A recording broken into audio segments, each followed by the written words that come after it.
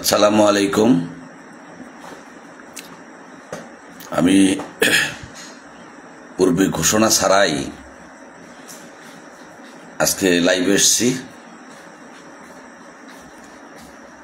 আপনারা যদি আসেন আমার এই লাইভে এসে একটু কমেন্ট করবেন, যাতে আমি বুঝি যে আমার কথাগুলো শোনা যাচ্ছে। গতকালকে আমি লাইভে আসতে চেয়েছিলাম। গতকাল ছিল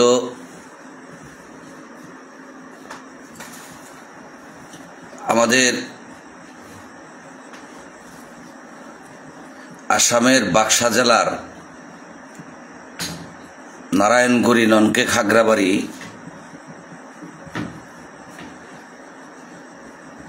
গ্রামে 2014 সনে যে 2 কোটির চাইতেও বেশি লোককে হত্যা করা হয়েছিল, সেই দিনটির স্মৃতি দিবস। তাই কালকে আমার মনটা খুব ভালো ছিল না, সেই জন্য আমি লাইভ আসতে পারিনি। আজকে আসলাম। আমি মনে করি যে আমাদের এখন বর্তমান পঞ্চায়েত নির্বাচন চলছে, প্রথম ধাপের নির্বাচন চলে গেছে, সামনে 7 তারিখে দ্বিতীয় ধাপের নির্বাচন হবে। আর এই দ্বিতীয় ধাপে আমাদের পশ্চিম আসাম এই নির্বাচন অনুষ্ঠিত হবে। আমি নির্বাচন নিয়ে আজকে কথা বলার জন্য এখানে আসিনি। আমার আলোচ্য বিষয় হয়েছে যে আসামের মোট জনসংখ্যার 3 ভাগের 1 অংশ, অর্থাৎ প্রত্যেক 3 জন মানুষের মধ্যে 1 জন করে মুসলমান। তারা কি পরিস্থিতিতে আছে, এই সমাজ আমি খণ্ডিত আলোচনাই করব। এ ব্যাপার নিয়ে কেউ খারাপ পাইলেও আমার বলার কিছু নেই। আসামের মুসলমান সমাজ শত বৎসর যাবৎ বিভিন্ন সময়ে বিভিন্ন ধরনের চ্যালেঞ্জের সম্মুখীন হয়ে আসছে।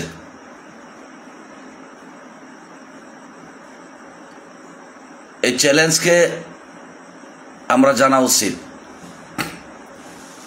ভারতের আসামের উত্তর পূর্বাঞ্চলের একটি গুরুত্বপূর্ণ রাজ্য হচ্ছে আসাম। আসামের চতুর্দিকে বিভিন্ন রাজ্য এবং আসামের সাথে লাগোয়া 2টি রাষ্ট্র আছে, বিশেষ করে আপনার বাংলাদেশ এবং ভুটান। তাই স্ট্র্যাটেজিক্যালি আসাম খুবই গুরুত্বপূর্ণ একটা রাজ্য।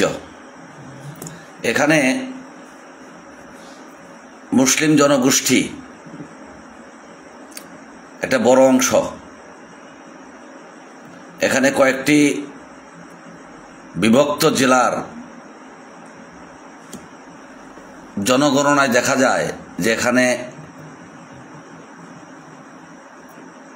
কিছু কিছু জেলায় মুসলমানরাই সংখ্যাগরিষ্ঠ। তা সত্ত্বেও আসামের মুসলমানেরা একাধিক সামাজিক, রাজনৈতিক, অর্থনৈতিক ও সাংস্কৃতিক সমস্যার সম্মুখীন হয়ে রয়েছে। আজকের তারিখে আমরা আমাদের আসামের মুসলমানের সামনে যেসব চ্যালেঞ্জ, তার প্রধান চ্যালেঞ্জটি হচ্ছে মুসলমানদের নাগরিকত্বের সংকট এবং তাদের পরিচয় সংকট। একটি প্রধান চ্যালেঞ্জ, প্রত্যাহ্বান। এই প্রত্যাহ্বানকে আমরা কাটিয়ে উঠতে হবে।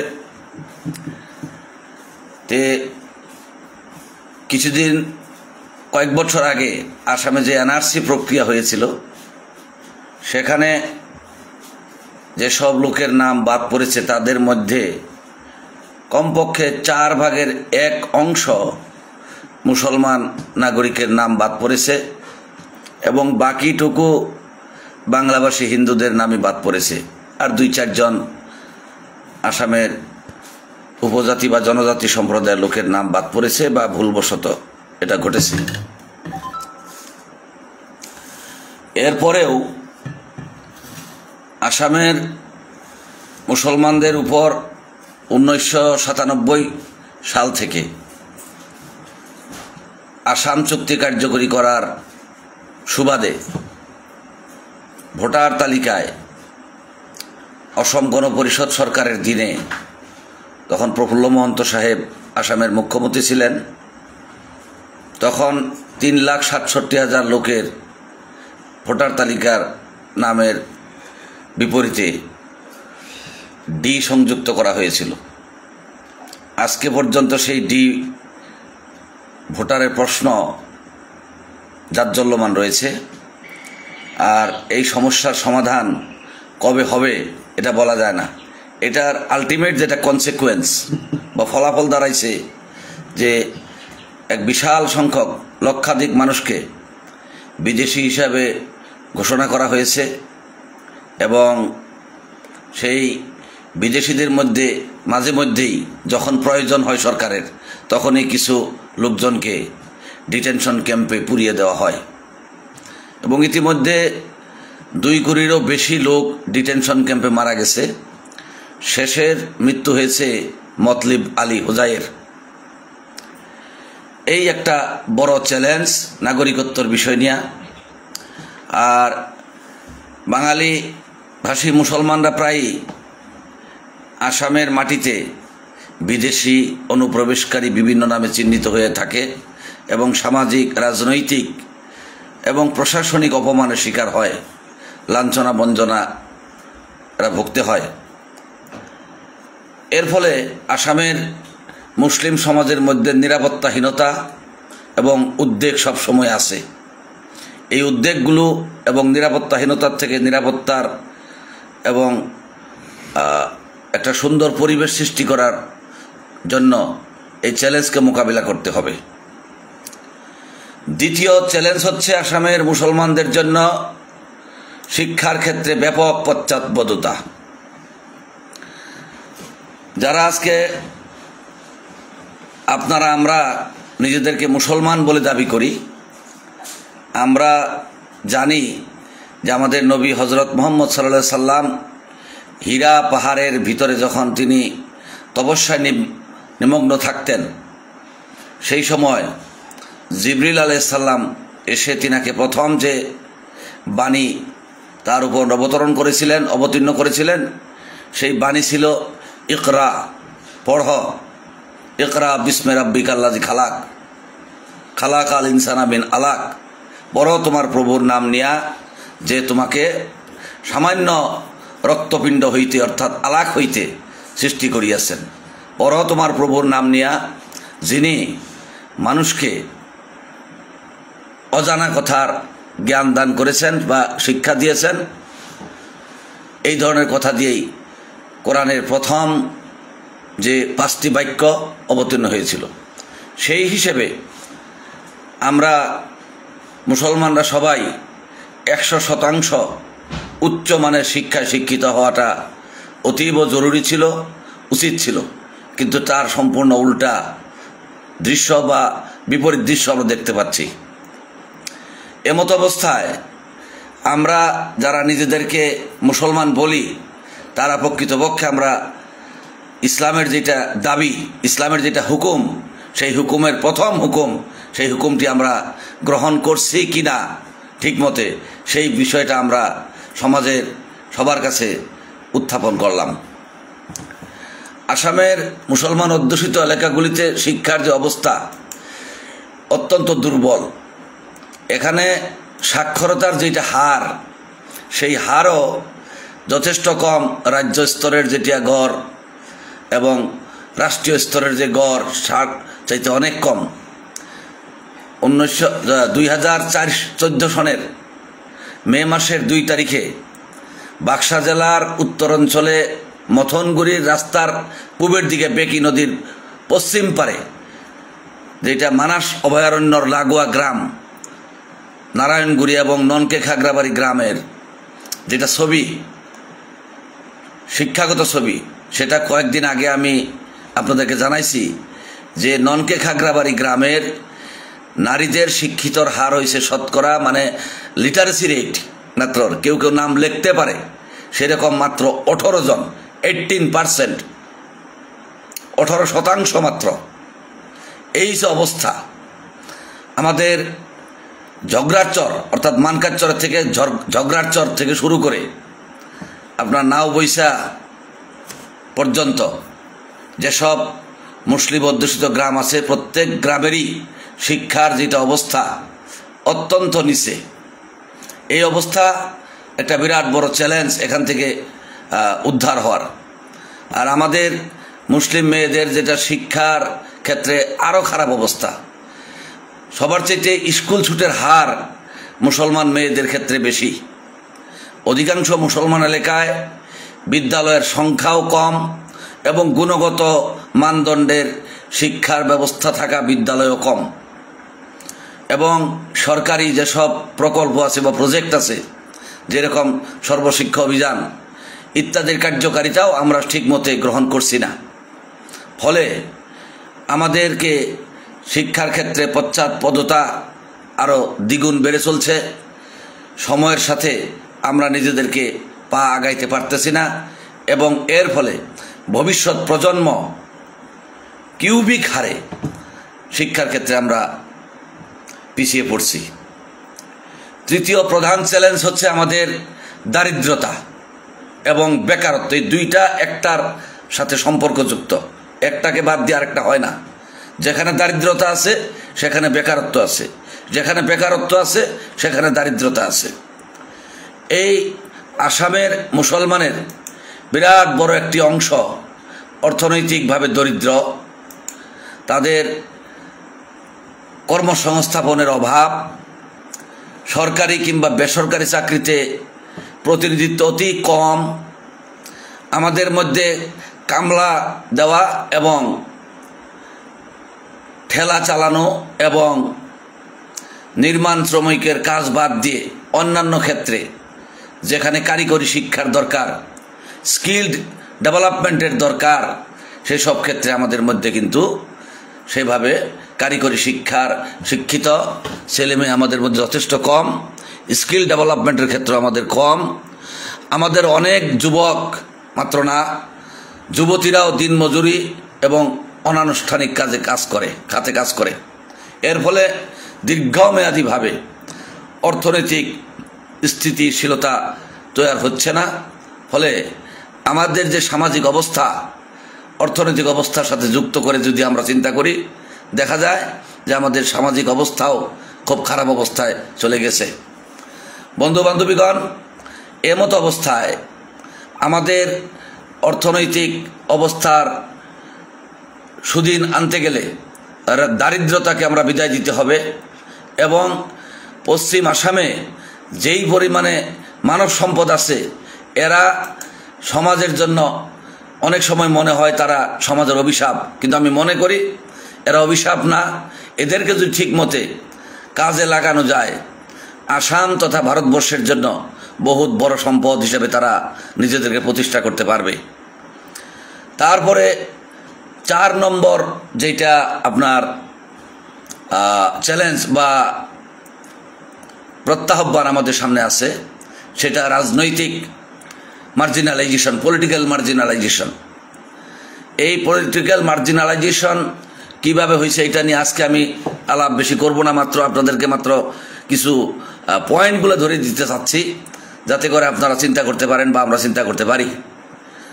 আমরা মুসলমানরা রাজনীতিতে সবার চাইতে সক্রিয় দেখা যায়। ভোট আসলে 500 টাকা দামে 70-75 কেজি ওজনের মানুষ ভোট দিতে যায়। আমরা দেখি যে সবার চাইতে এই ভোটের ক্ষেত্রে ভোট বেচা কেনায় আমাদের মানুষ বেশি যুক্ত। এখান থেকে বোঝা যায় যে 70-75 কেজি ওজনের মানুষ যখন 500 টাকায় ভোট বিক্রি করে, তখন 1 কেজি মানুষের দাম কত হয় এটা আপনারা একটু আপনাদের ওই মোবাইল দিয়ে একটু টিপে দেখেন, হিসাব করে পার কিলো 500 টাকাকে আপনি 70 দিয়ে হরণ করেন, এটার যেটা ভাগফল বের হবে সেটাই হবে একজন মানুষের 1 কিলো মানুষের 1 কেজি মানুষের মূল্য।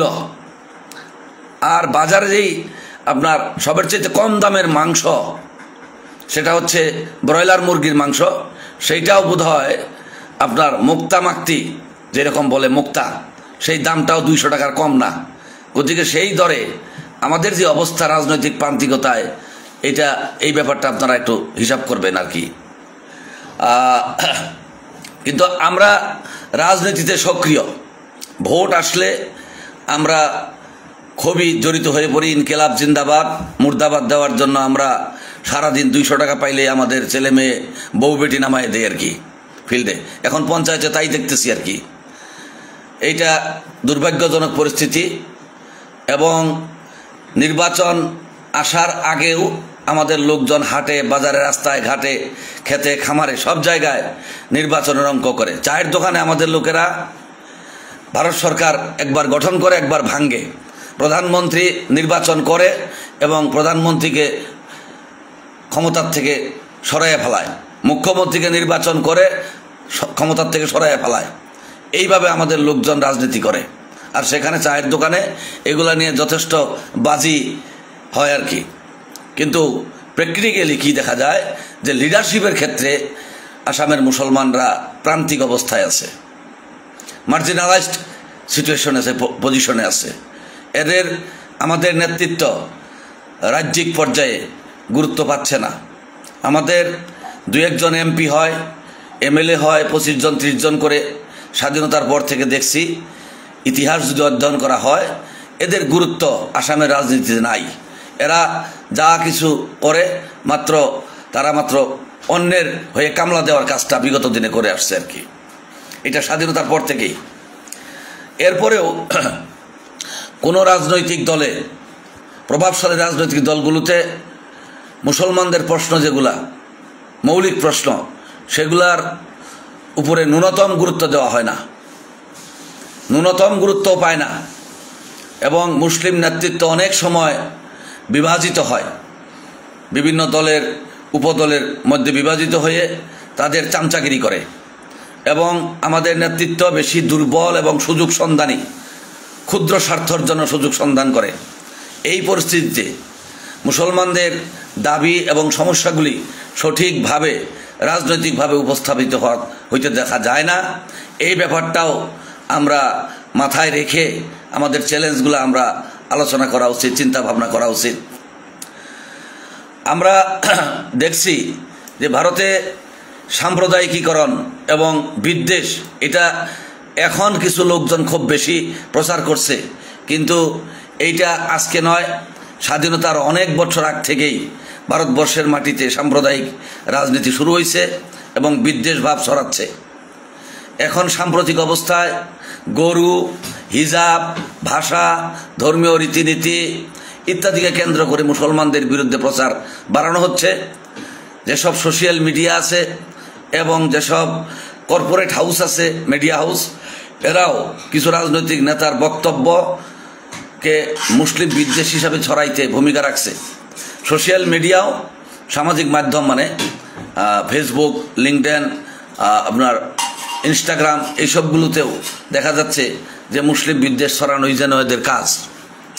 এর ফলে মুসলিম সমাজ নিজেদের মধ্যে একটা আত্মরক্ষামূলক মনোভাব গ্রহণ করতে বাধ্য হয় এবং মূল ধারা মেইন স্ট্রিম দেশের, রাজ্যের এবং জেলার যেটা মেইন স্ট্রিম সমাজ, সেই সমাজ হইতে আমরা বিচ্ছিন্ন হয়ে পড়ি। এটার জন্য আমাদেরকে বিচ্ছিন্ন করা হয় যাতে আইসোলেশন ফিল করি আমরা। 6 নম্বর আপনার চ্যালেঞ্জ বা সমস্যা আমাদের সামনে আছে, প্রত্যাহ্বান, যে আমাদের ভূমি বসবাস করার জন্য এবং কৃষিকাজ করার জন্য ভূমি এবং বাসস্থান, এটা একটা বড় সংকট। বিশেষ করে আমাদের আসামের মুসলমানরা ব্রহ্মপুত্র নদী এবং বরাক নদী, প্রধান 2 নদী, এর উপরেও এই নদী দুটার উপনদীগুলার পারেই বসবাস বেশি করে করেন।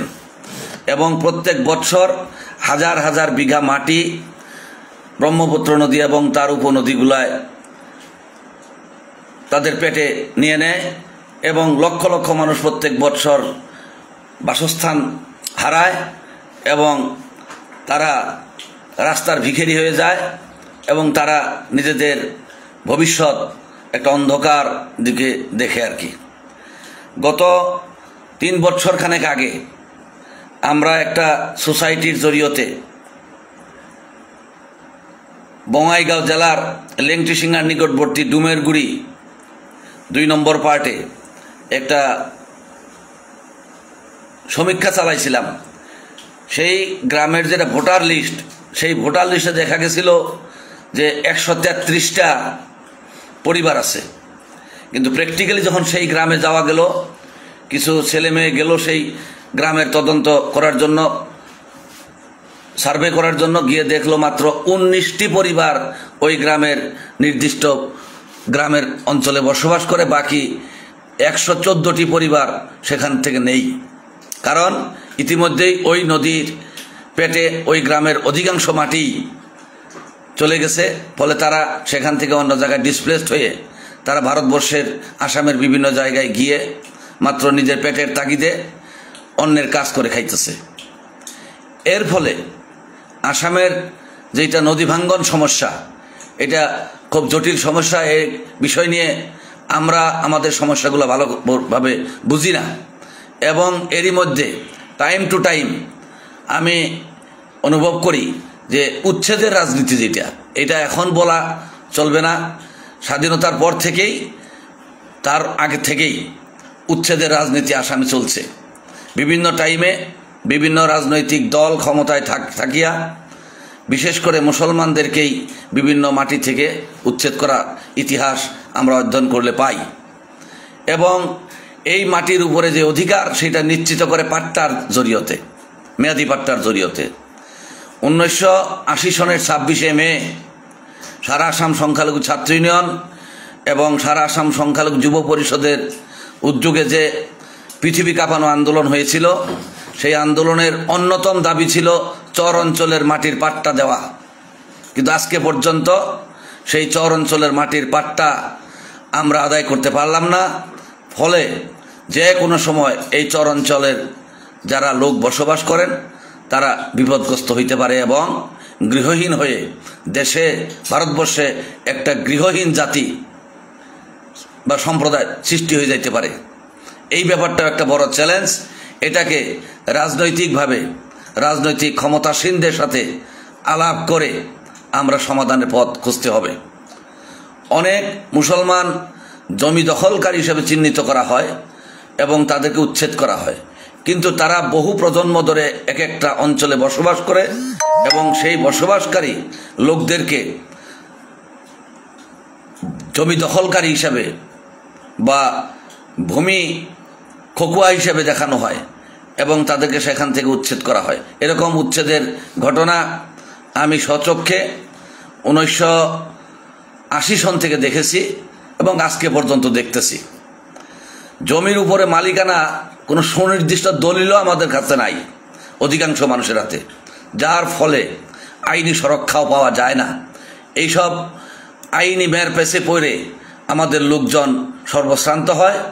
তার সাথে সাথে যেহেতু মাটির পাট্টা নিশ্চিত নয়, অনেক ক্ষেত্রে সরকারি মাটিতে আমাদের লোকজন বসবাস করে, এই মাটি নিয়ে আমাদের মধ্যে পারিবারিকভাবে ভাইয়ে ভাইয়ে মারাপিটা, গণ্ডগোল, এসব নিয়ে যথেষ্ট কেস মোকদ্দমা হয়।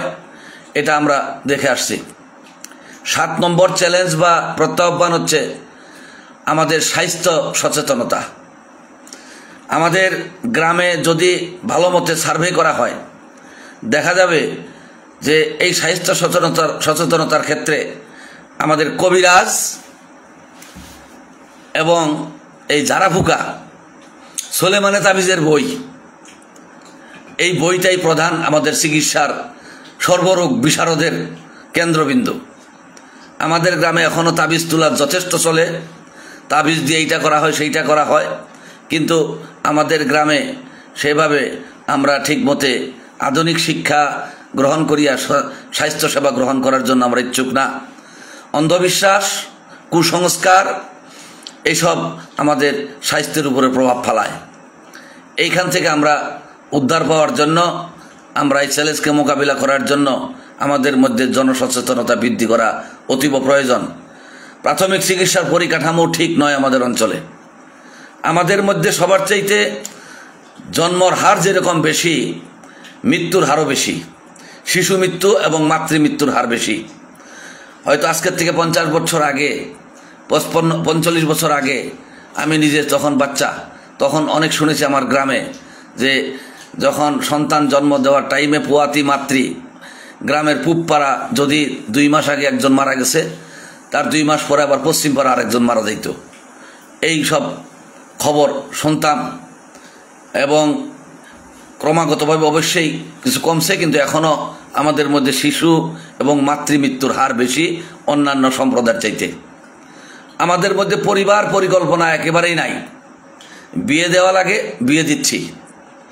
ছেলে বিয়া করার লাগে, মেয়ে বিয়া দেওয়া লাগে, এটা ফরজ বলা হয়েছে, কিন্তু তাদের জন্য কোনো পরিকল্পনা নাই। আমাদের সমাজে আলাপ আলোচনা নাই। ফলে কি হয়েছে, এই পরিকল্পনাবিহীন একটা সমাজ। আমাদের সমাজে পুষ্টিহীনতার ব্যাপারটা বেশি। এই পুষ্টি কোথার থেকে আসবে এই জিনিসটা আমরা জানি না, বুঝি না। আমাদের ভালো খাদ্য আমরা খাই না। ভালো খাদ্য বাজারে বিক্রি করে আমরাও খাদ্য কিনে আনি। স্বাস্থ্যবিধি সম্পর্কে আমাদের কোনো সচেতনতা নাই। এর ফলে আমাদের সমাজের যে সমস্যা, চ্যালেঞ্জ, এই চ্যালেঞ্জগুলো বাড়ছে। যাদের স্বাস্থ্য দুর্বল, শারীরিক স্বাস্থ্য যাদের দুর্বল, অসুস্থ রোগী থাকে, রোগা থাকে, তাদের মানসিক অবস্থাও স্বাস্থ্য সেরকমই হয়। শরীর এবং মন একটা আরেকটার সাথে সম্পর্কযুক্ত। শরীরকে যেরকম পুষ্টির দরকার, মনেরও পুষ্টির দরকার। এই মনের পুষ্টির জন্য আমাদের মধ্যে সেরকম মানসিক স্বাস্থ্য উন্নত করার জন্য কোনো ধরনের প্রজেক্ট নেই বা ব্যবস্থা নেই। আরেকটি 8 নম্বর যেটা গুরুত্বপূর্ণ চ্যালেঞ্জ আমাদের, সেই চ্যালেঞ্জগুলির ভিতরে হচ্ছে আমাদের সাংস্কৃতিক সংকটে আমরা ভুগি। আমরা বিভিন্ন সময় বিভিন্নভাবে মানুষের কাছে পরিচিত হই। একটা অপরিচিত সম্প্রদায়, এদেরকে কেউ কেউ বলে বহিরাগত, কেউ বলে বাংলাদেশি, কেউ বলে অচিনাক্ত, কেউ বলে গেদা, কেউ বলে মিয়া। এইভাবে নানান নামে আমাদেরকে পরিচিত করা হয়। কেউ বলে চড়ুয়া, কেউ বলে লহুত্ত, নানান নাম যার যা মনে হয় তাই বলে। কিন্তু আমাদের মধ্যে ভাষা, সাহিত্য, সংস্কৃতি এসব নিয়ে আলোচনা নেই, পর্যালোচনা নেই। কিভাবে আমাদের সংস্কৃতিকে উন্নত করা যায়? সংস্কৃতির আরবি শব্দ হচ্ছে তেহজিব। এই তেহজিব কি, এটা নিয়ে আমাদের মধ্যে আলোচনা হয় না, আমরা সেইভাবে চর্চা করি না। এটা আমাদের জন্য বড় চ্যালেঞ্জ। এই চ্যালেঞ্জকে আমরা অ্যাড্রেস করতে হবে।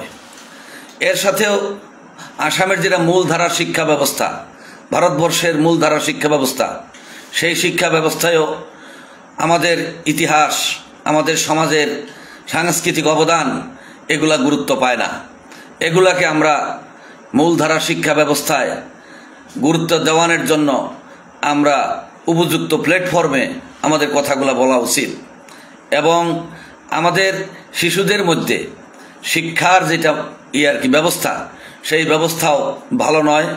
কারণ আমরা শিক্ষার যেটা সংস্কৃতি, কালচার অফ এডুকেশন, এই জিনিসটার যথেষ্ট অভাব। আমরা শিশু জন্ম হওয়ার পরে মনে করি যে আল্লাহ বাচ্চা জন্ম দিছে, আল্লাহ খাওয়াইব, যা করে খাইব, খালি বাচ্চা থাকা লাগে, মুসলমানি করাও, বিয়া করাও। এই হচ্ছে আমাদের অবস্থা। এই সব সংকট বা চ্যালেঞ্জ থেকে আমরা কিভাবে উদ্ধার হব এই সম্পর্কে আসামের আমাদের সমাজ এবং যারা আমাদেরকে ভালোবাসে, গায়ের সমাজ যারা আছেন, তিনাদের কাছে আমি আহ্বান রাখবো, অনুরোধ করব, আপনারা আমাদেরকে পথ দেখান, আলাপ আলোচনা করেন। আমরা সবে মিলে আসামের 3 ভাগের 1 অংশ মানুষের যদি দুর্বলতা থাকে, রোগী থাকে, তখন আসামের উন্নতি সম্ভব না। তাই আসামের যারা সচ্চিন্তাশীল লোক, তিনাদেরকেও আমি আহ্বান করব যে এই লোকদেরকে একটা কম্প্রিহেনসিভ প্রজেক্টের জরিয়তে কিভাবে উদ্ধার করা যায়, চ্যালেঞ্জকে মোকাবিলা করা যায়, এই সম্পর্কে আপনারা পথ নির্দেশ দিবেন। এই সম্পর্কে আমার ব্যক্তিগত ছোটোখাটো কয়েকটি মতামত আমি প্রকাশ করতে চাই।